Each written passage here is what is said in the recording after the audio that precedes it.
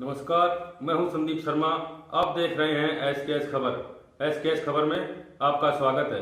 शुरू करते हैं आज की मुख्य खबरें। NH 48 पर नीमड़ा थाना क्षेत्र के मोदड़िया गांव के पास स्थित होटल हाईवे किंग पर 8 सितंबर को 5 करोड़ की रंगदारी की मांग को लेकर की गई फायरिंग के मामले में नीमड़ा पुलिस व डीएसटी टीम ने कार्रवाई करते हुए मुख्य आरोपियों पुनीत शर्मा व नरेंद्र कुमार को सहायता व साधन उपलब्ध कराने वाले 2 आरोपियों सचिन उर्फ प्रवीण उर्फ दौरिया और योगेश उर्फ मोनू को श्रीनगर के एक होटल से गिरफ्तार करने में सफलता हासिल की है। हालांकि मुख्य आरोपी अभी पुलिस गिरफ्त से दूर हैं। एडिशनल एसपी ने बताया कि 2 आरोपियों को गिरफ्तार किया। क्या घटनाक्रम था? जैसा कि आप सभी को पता है, 8 तारीख को, इसी महीने की 8 तारीख को एक हमारे हाईवे पे होटल हाईवे किंग है नीमराना में, वहाँ पे सुबह 6 बजे फायरिंग हुई थी। उसकी सूचना मिली तो हमारी पूरी टीम, हमारे ऑफिसर सभी वहाँ पहुँचे। हमने उसी दिन से हमारा टीमें गठित करके हमारा काम शुरू कर दिया था। उस दिन हमने जो फुटेज मिले उस आधार पे हमने ये जो 2 मेन शूटर्स थे जो आए थे ये घटना कारित करने के लिए, हमने उनको उसी समय आइडेंटिफाई भी कर लिया था। आइडेंटिफिकेशन में ये 2 शूटर्स थे, उनका नाम निकल के आया पुनीत और नरेंद्र, जो कि दोनों ही जलंधर पंजाब के रहने वाले थे। इनके बारे में जब और डिटेल्स पता की गई तो ये बेसिकली NIA पंजाब, हरियाणा, दिल्ली सभी पुलिस इन को लगातार कुछ सालों से सर्च कर रही थी, पिछले 2-3 सालों से। इस घटना पे जब हमने टीम वर्क की तरह काम करना शुरू किया तो टेक्निकल एविडेंसेस जो भी हमारी खुद की इंटेल थी उसके आधार पे हम लोगों ने इनके जो लोकल कनेक्ट्स थे उन पे भी हमने काम करना शुरू किया। उसमें ये निकल के आया कि इनको 2 लड़के हैं जो मांडन इलाके के ही हैं, अड़िन के रहने वाले।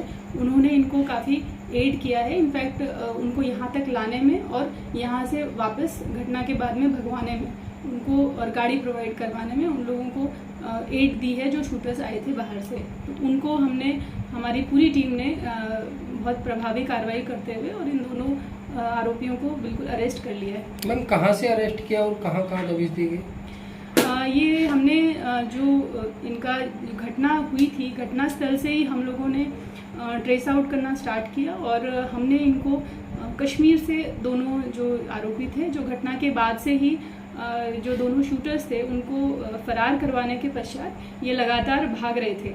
ये कहीं रुके नहीं बीच में, ये लगातार ट्रैवल कर रहे थे और हमारी टीम्स इनके पीछे ही थी और हमने इनको कश्मीर में जाके इन दोनों को अरेस्ट कर लिया। होटल पे फायरिंग के लिए कितने दिन से बदमाश रेकी कर रहे थे?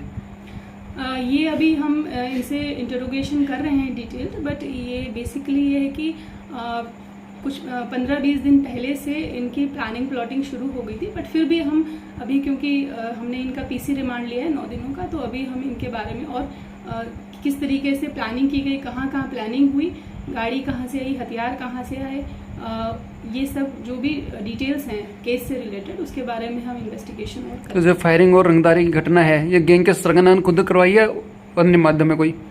आपको पता है, जैसा उसी टाइम भी आपको बताया गया था मीडिया को भी कि जब ये घटना हुई थी उस समय जो शूटर आए थे उनमें से एक शूटर ने काउंटर पे एक स्लिप छोड़ी थी जिसपे कौशल गैंग का नाम लिखा हुआ था। तो बिल्कुल ये गैंग, इसी गैंग का ही काम है, ये हमने उनको कनेक्ट कर लिया है इस चीज़ से।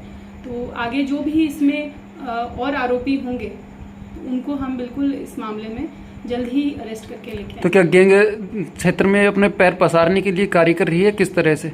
ये अपने यहाँ पे इस गैंग का पहले कोई ऐसा बैक ट्रैक नहीं है और ये जो घटना हुई है इस पे भी, क्योंकि पुलिस बिल्कुल अलर्ट है, जब से ये घटना हुई है तब से पूरी डिस्ट्रिक्ट में, इनफैक्ट कोटपुतली, बहरोड, नीमराना, पूरे हाईवे पे चप्पे चप्पे पे पुलिस तैनात है। टोल पे हम लोगों ने पूरा माकूल जाब्ता लगा रखा है और 24 घंटे हमारा जाब्ता पारियों में काम कर रहा है और बिल्कुल सुरक्षा व्यवस्था बिल्कुल यहाँ की चाक चौबंद है। मैम, पहले भी जो गैंग का सरगना है उसको फर्जी पासपोर्ट बना था अड़िंद के गाँव के लड़के के नाम से, और अब भी वहीं के गाँव के सामने आए हैं।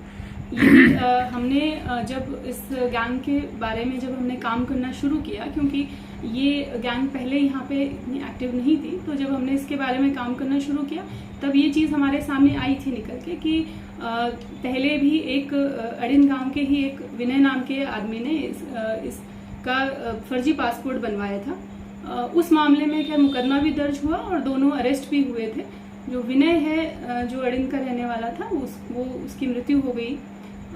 उसके बाद में भी अभी ये जो 2 लड़के हमने अरेस्ट किए ये भी वहीं के ही रहने वाले हैं। तो बेसिकली ये जो है ये लड़के ये उसी दरमियान इनसे कांटेक्ट में आए हैं। जैसे हमने इसके बारे में पता किया, इनमें से एक जो सचिन है, सचिन उर्फ प्रवीण उर्फ धोलिया, इसका जब हमने रिकॉर्ड पता किया तो ये इनको ऑलरेडी पहले भी फरारी कटा चुका है इन शूटर्स को, और ये भौंडसी जेल जो गुड़गांव में है वहाँ भी रह के आया है। तो इस तरीके से इस गैंग के ज़्यादा संपर्क में आ गया है और इसने ही पूरा जिम्मा लिया था कि ये इस एरिया में इनको लाना और इनको वापस भगवाना यहाँ से उसमें।